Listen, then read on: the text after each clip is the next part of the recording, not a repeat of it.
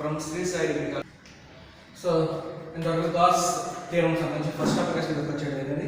Second application so electric field density due to a uniformly charged sheet or charged plate by using Gauss theorem. అంటే ఆవేశపరచబడినటువంటి ఒక పలక తీసుకుని ఆ పలక యొక్క విద్యుత్ క్షేత్ర తీవ్రతను కనుక్కోవాలి బై యూజింగ్ అంటే గాస్ సిద్ధాంతం ఉపయోగించి ఆ పలక యొక్క విద్యుత్ క్షేత్ర తీవ్రతను మనం కనుక్కోవాలి. సో ఇది దీంట్లో ఏంటంటే సో రెండు వైపులా కూడా ఆవేశపరిచినటువంటి ఒక ప్లేట్ తీసుకుని జరిగింది, ఒక పలకను తీసుకుని ఆవేశిత పలక అంటారు. సో ఆవేశపరచబడిన ఒక పలకను ఒక ప్లేట్ తీసుకోవడం జరిగింది. దీని మధ్య మీద ఓ అనుకుంటా.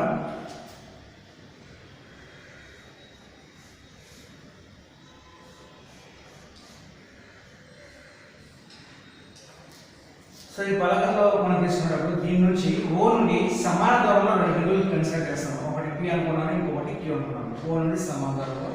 సో ఇక్కడ పి దగ్గర అండ్ క్యూ ఈ రెండు బిందువుల దగ్గర విద్యుత్ క్షేత్ర తీవ్రతని నేను ఈ బార్ గా రాయడం జరిగింది. విద్యుత్ క్షేత్ర తీవ్రత పి దగ్గర ఈ బార్ అండ్ క్యూ దగ్గర కూడా విద్యుత్ క్షేత్ర తీవ్రత ఈ బార్ అనుకున్నాను.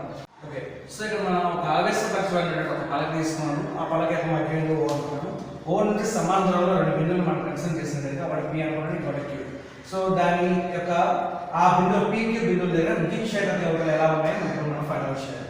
సో పి బిందువు దగ్గర విద్యుత్ క్షేత్ర తీవ్రత కావాలంటే పి దగ్గర మనం ఒక చిన్న ds సర్ఫేస్ ఏరియా కన్సిడర్ చేసినట్లయితే అలాగే క్యూ దగ్గర కూడా ds సర్ఫేస్ ఏరియా అనేది ఉంటుంది. సో ఆ రెండు బిందువుల దగ్గర మనం విద్యుత్ క్షేత్ర తీవ్రత కావాలంటే దాన్ని మనం డిఫైన్ చేయడానికి ముందుగా మనకి సర్ఫేస్ చార్జ్ డెన్సిటీ కావాలి. ఎందుకంటే ఇక్కడ మనం సర్ఫేస్ ఏరియా కాన్సెప్ట్ గురించి చెప్తున్నాం కాబట్టి ఆల్రెడీ మీకు ముందు చెప్పిన అప్లికేషన్లో స్క్వేర్ గురించి డిస్కస్ చేసినప్పుడు వాల్యూమ్ చార్జ్ డెన్సిటీ ఫార్ములా మనం యూజ్ చేస్తాం. ఇక్కడ వచ్చేసరికి సర్ఫేస్ చార్జ్ డెన్సిటీ యూజ్ చేస్తాం. Surface charge density sigma is equal to Q by A. Therefore Q is equal to sigma into cross multiply చేస్తే Q is equal sigma A. దీని equation 1 అవుతుంది. So by definition of the electric flux definition నుండి 5p is equal to e ds cos theta. Already మనం తెలుసు 5p is equal to e bar dot ds bar వస్తది. So dot product వచ్చింది కాబట్టి cos theta use చేస్తాం. అయితే ఇక్కడ e and ds ఆ రెండు కూడా ఎప్పుడు కూడా సేమ్, రెండు కూడా ఒకే డైరెక్షన్ ఉంటాయి, ప్యారలల్ ఉంటాయి కాబట్టి theta వాల్యూని 0 గా తీసుకుంటాం. therefore cos 0 is equal to 1 e ds గా రాస్తాం. So 5p means electric flux at point p బిందువు దగ్గర విద్యుత్ అభివాహన formula 5p is equal to integral e dot e ds. 5p is equal to e integral ds. e constant by ds integral ds అనేది ఉంటుంది. So integral ds means surface area of the మనం తీసుకున్నటువంటి sphere. So sphere surface ఏరియాని a గా consider చేస్తే ఇది point ds. So total surface area మనకు కావాల్సిన టోటల్ సర్ఫేస్ ఏరియాని a అనుకుంటే సో ఇంటిగ్రల్ ds దాన్ని ఇంటిగ్రేషన్ చేస్తాం. ఇంటిగ్రల్ చేసరికి 5p is equal to e into a అనేది వస్తుంది. ఇది electric flux at point P. అదే విధంగా electric flux at point Q దగ్గర కూడా ఎలక్ట్రిక్ ఫ్లక్స్ పంపాలి. సేమ్ ఇదే ఫార్ములా యూజ్ చేస్తూ 5q is equal to same formula integral eds cos theta integral eds cos theta. So ఈ బార్ అండ్ ds రెండు కూడా ఇక్కడ సేమ్ డైరెక్షన్ ఉన్నాయి కాబట్టి అక్కడ యాంగిల్ θ is equal to 0 అయిపోతుంది.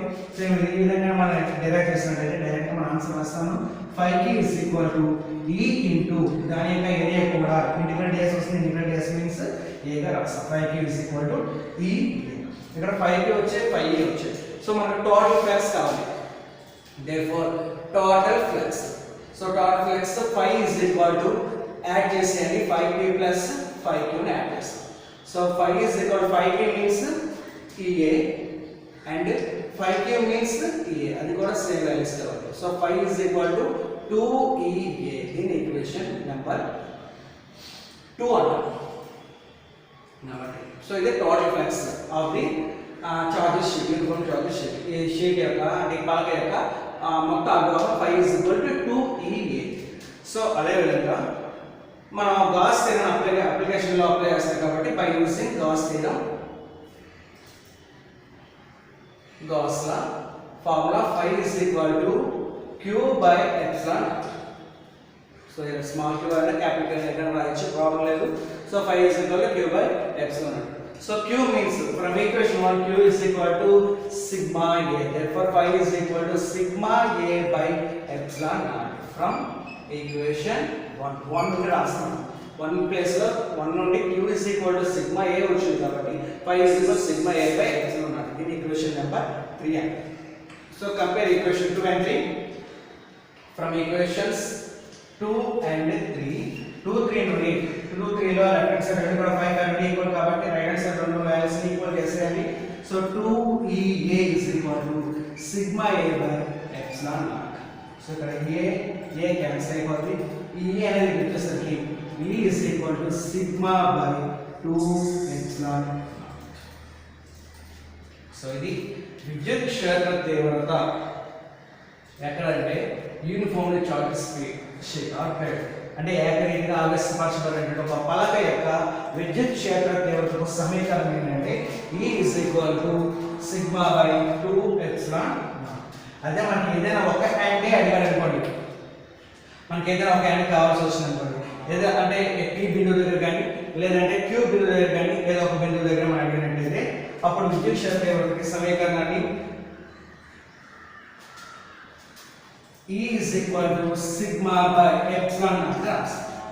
ఏదైనా ఒక బిందువు దగ్గర విద్యుత్ క్షేత్ర తీవ్రతకి E is equal to sigma by epsilon naught. So ఇది విద్యుత్ క్షేత్ర తీవ్రతకు సంబంధించినటువంటి ఏకరీతిగా ఆవిష్కరించబడినటువంటి పలక యొక్క విద్యుత్ క్షేత్ర తీవ్రతకు సమీకరణం బై యూజింగ్ గాస్ సిద్ధాంతం గురించి ఈ విధంగా మనం డెవలప్ చేస్తాం.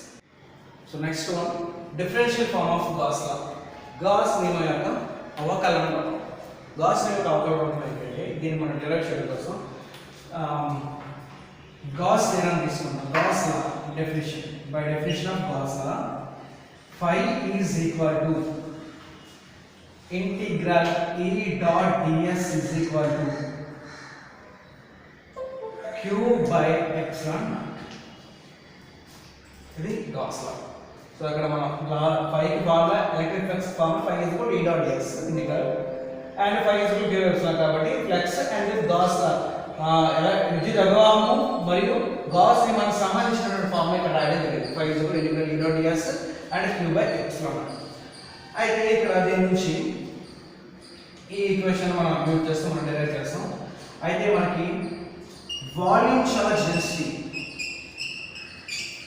ఘనపరిమాణ ఆవేశ సాంద్రత volume charge density rho is equal to dq by dv. So జనరల్గా volume charge density formula rho is equal to q by v గా రాస్తాం, చార్జ్ వాల్యూమ్ గా రాస్తాం. సో దాన్ని ఏంటంటే dq by dv గా రాస్తాం. సో q plus dv తీసుకున్నాం, v plus dv తీసుకున్నాం. rho is equal to dq by dv. Therefore dq is equal to rho into dv. దీని ఇంటిగ్రేషన్ అప్లై చేస్తే బోత్ సైడ్స్ కూడా integral dq is equal to integral rho dv. So integration మొత్తం కూడా integral dq means total charge q is equal to integral rho dv. ఈ means div అని రాస్తారు, div means formula కాబట్టి. So integral div e into dv అంటే ఇక్కడ double integration single integration తీసుకున్నాము అంటే షార్ట్ గా మనం రాసుకోవడానికి ఈజీగా ఉండడం కోసం ఈ విధంగా తీసుకున్నాం. సో ఇప్పుడు ఈ టూ ఈక్వేషన్స్ కూడా కంపేర్ చేద్దాం. దీని ఈక్వేషన్ 3, దీని ఈక్వేషన్ 4 అంటే compare equation 3 and 4 equation compare చేయండి. ఇక్కడ ఇంటిగ్రల్ E dot ds ఉంది, ఇక్కడ కూడా ఇంటిగ్రల్ E dot ds ఉంది కాబట్టి ఈ రెండు ఈక్వల్ కాబట్టి ఈ రెండు కూడా ఈక్వల్ చేసేయండి.